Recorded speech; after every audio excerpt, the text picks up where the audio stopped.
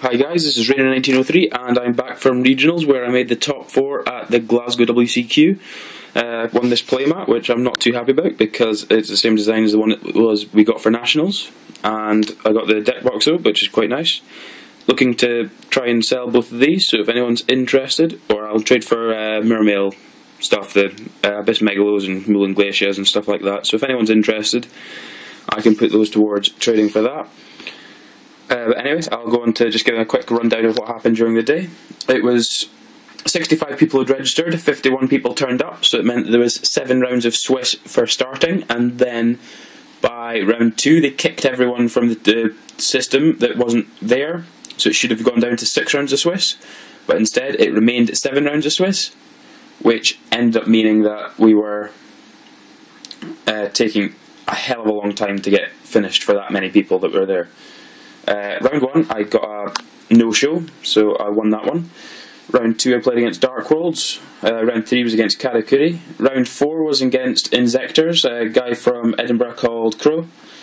Round 5 I was playing one of my teammates, John, who was running spellbooks because he managed to get 2 towers in time.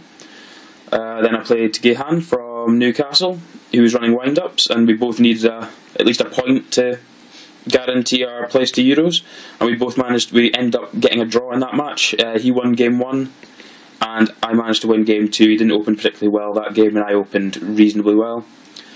Round 7 I played against Dave from Edinburgh, who's a good mate, and I won game 1. I topped a limiter removal for game, and game 2 he just overpowered me. I couldn't stop all his plays, I didn't draw very well, and then by the time we got to start round 3 time was called, so that was the end of that. But we both made top 8 and we faced each other in top 8. I finished 4th after Swiss and David finished 5th, so we both qualified for Euros already. The only thing we were playing for was extra boosters and the regional deck box. So Dave, we had to move to a different venue by this time to get this done because the venue we were at was closing, which it wouldn't have been an issue if we'd actually got finished in 6 rounds of Swiss rather than 7. So we're not particularly happy about that. There's a heap of us that were needing a way sharp to get trains and buses back home and everything, so none of us were particularly happy with the running of it there. But anyway, the top 8, I played Dave again, and game 1 it got down to the fact that he had 5k life points left and a Machina fortress out on the field, and I top a limiter removal, I attack, then I say declare damage step, play limiter, and he didn't look particularly happy with that, but everyone was getting a bit frustrated by this point just by the running of it, and everyone was needing home. So then game 2, I can't remember what happened in game 2, but I managed to win that as well, so it meant that I finished top 4. And by this point we spoke to the head judge, and he'd spoken to the TO and basically told them these guys need a way, they're just going to split the prize support for the top 4. So it was 2 boxes worth split between 4 of us. We got 12 boosters and the regional deck box, and what I pulled wasn't too bad. It could have been a little bit better. I got the Heroic Champion Kasunagi, Memory of an Adversary, an Ultimate Rare Medolce Queen Tiramisu. Here we go, that's a bit better. Heroic Champion Gandiva, and then of all the secrets I could have pulled, Spellbox Library of Heliosphere, which wasn't very good. But anyway, I'll get on to the deck list now. Right, so we start with the Geargia engine, because I was running Machina Geargia. We've got 3 Geargia armor, which is the main engine of the deck. It's the one you want to get off most often. It's a really good card, and it combos with Accelerator exceedingly well. And then we've got 2 Arsenal, just because I felt that 3 was a bit overkill. You'd never want to use the 3rd, because it's only 17. If it was a standard 19 with its ability, then it'd be fine, but 17 is just a little bit small. It can't deal with the Ryos, which is what armor's worst enemy is. So that's the Geargia engine that I was running. Then we have 3 Machina gear frame, 3 Machina fortress, and I played a Machina cannon. Right, basically I opted for running the Machina engine over the Karakuri engine just because I felt that this is one of the best cards in the game by itself. And the fact that if you get two of these three in hand, it means you're getting both of these out, which is absolutely incredible. Which, when you've got gear frames and you've got Geargia X's and stuff like that, it's not that difficult to do. And it happened more than once during the day, just purely because you just go gear frame, and you should all have them in hand by then. It's really good, and a top deck cannon's absolutely brilliant when you've got a Fortress in the bin. Absolutely great. Yeah, so I just found that the Karakuri engine relies a bit too much on having all your tuners in the deck, and I just think that this is a lot more consistent, and you've got dudes that you don't mind drawing. You don't mind drawing this, and you don't mind drawing this, and you want this, so it doesn't actually make a difference what you draw, as long as you draw the dudes. There's a couple of games where I just didn't draw anything, and that was in the game 1 versus Gihan in the round 6 of Swiss, where I just drew nothing and I had 5 back rows, and he was almost playing out the fear that there could have been something horrible there. Right, we'll get on to the spell lineup. I was running 2 Pot of Duality. Because you're running so many search cards like Gear Frame and Armour, you can get away with running this, which basically just means that you search and then you check top 3, so it's a really good card. It helps you get the cards you want to hand a lot quicker. 1 Monster Born, 1 Dark Hole, 1 Avarice, 1 Heavy Storm. But we'll leave the Heavy Storm just now, we'll talk about these ones. Monster Born, too good a card not to use. Same with Dark Hole and Avarice. I don't run Grand Soil, I don't like Grand Soil. I find that it's very, very rare that I have exactly 5 Earth in the bin. I'm only running 15 monsters in the main, and I feel that if I ever have those 5 monsters, I would rather put them back in deck to be able to use later, rather than just use Grand Soil and special summon something. I have got 2 Grand Soil. I did test 1 in this, and I didn't like it too much. I preferred the Avarice. And I did test both of them at one point, and that just really didn't go well unless you had the Grand Soil and then the Avarice, which was just crazy. Well, then we'll go on to the protection. Got Heavy Storm, triple Mystical Space Typhoon, and double Forbidden Lance. This lets you get all your plays off. This is such a good card. It's so underrated in this deck. When you get your Geargia X out, at the moment, people feel more confident running Bottomless and Torrential and Compulse. And so often, they don't expect the Lance. They expect the MSTs to knock out their stuff, but they don't expect the Lance. I've a couple of times on the day had them use Torrential on their own dude as well, and then I just lance my Gigant X, and they just kind of go, oh, well, that kind of screws me over. And the same with Fortress. Fortress is a really vulnerable target for it, but Lance completely stops that happening. And then we've got one more card, which was the MVP of the day, Limiter Removal. It's way too broken a card to actually be in the game. It's like some of this techie stuff that Dark Worlds have. It's like a card destruction. It's a card that wins games by itself. It's absolutely crazy. If you draw it, you'll win. I don't think there was one game that I drew this and got it off with even with one dude. I managed to win with it. It's absolutely incredible how good a card it is. Right, now the traps. I was running 3D Prison. I feel that it's one of the best cards in the meta at the moment. There's so few decks that, other than the Mermails, which I knew there was only going to be one player playing Mermail at this tournament. That's why I got away with running the Deep Prisons. If I knew there was more people going to be running that, I probably wouldn't have used this, just because Undyne into Marksman knocks this completely out of the game. But I knew the meta, and I knew what would be played, and I made the judgment call of running 3 Prison, and it worked out really well. 2 Torrential, it's too good a card to not run, especially when you go Fortress, hide the gear frame behind it so it's protected. The Torrential, they don't expect it. It's really good.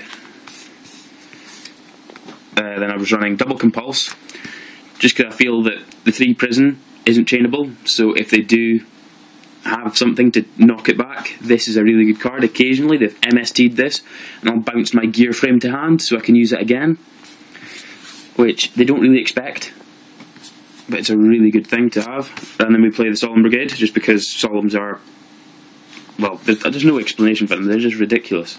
Way too good. I played 1 Road, with most decks running 4 cards that would be targets for this, I felt it was necessary. I was running 2, but I'm really glad I took it down to 1. This did happen. I did get this off about 4 times on the day, because people don't expect the road, they expect the solemn judgment, and they expect if they heavy storm, they're fine with someone paying 4k to do it, but not getting a Stardust out. They're not happy with that. And then I put these in at the last minute for the 2 Mirror Force, which was 2 Fiendish Chain, and I'm so glad I did. There was only one time that I wished it was a Mirror Force, and that was when it was when I had problems with Ryo, but I just chained it anyway, so it kind of did the same thing. The only thing was I'd have preferred the Ryo off the field, so it couldn't use its cost for getting rid of one of my dudes, but the chain did the job, which is why, as you may have already noticed, that there are no hand traps in the main. That's because they're all on the side. We'll start with the side. We've got 2 Cyber Dragon. I'm running machines. Chances are they're going to side in Cyber Dragons just to take care of my machines.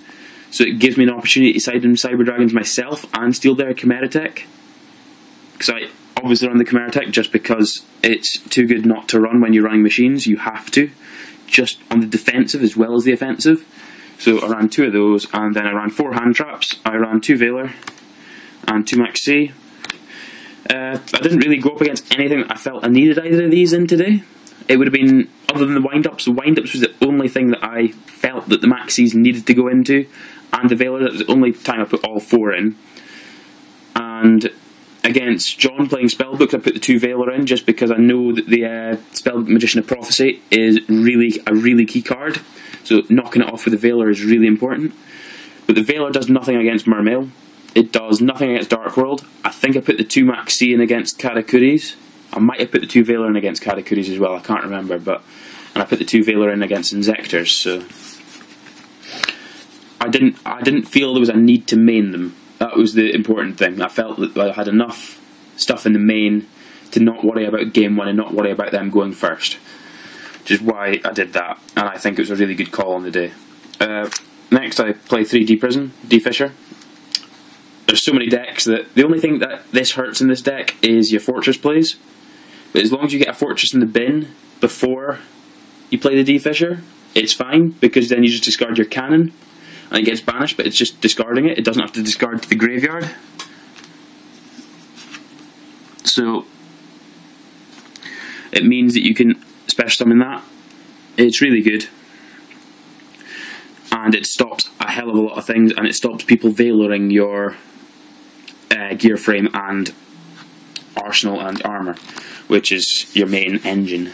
Then I ran 2 goes in match. It's too good a card not to play in this format. If you can play it. Simple as. Then I ran 2 Shadow Imprisoning Mirror. I felt that always my worst matchup is Dark World, so I always have to side something in for it.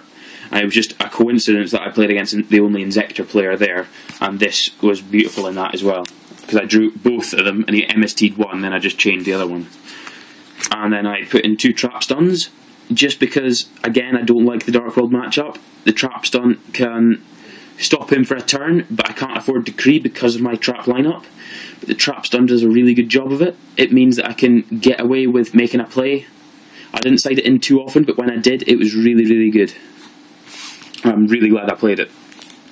Right, now we'll go on to the extra. I borrowed a big eye off someone, so that's why it's missing from the extra deck, but we'll show you what it looked like on the day. It was 1 Chimera Tech Fortress Dragon, 1 Stardust Dragon, just for the Starlight Road, but I did synchro once. I felt it was safer to go, because I had a cannon and a Veiler in hand with a Fortress on the field, so I synchroed into Stardust and then ditched the cannon for a Fortress, so I had enough to kill him with.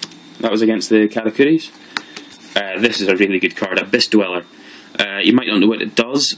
Basically, for this deck, all it does is, once per turn, during either player's turn, you can detach 1 Exceed material from this card. Any card effects that activate in your opponent's graveyard cannot be activated this turn.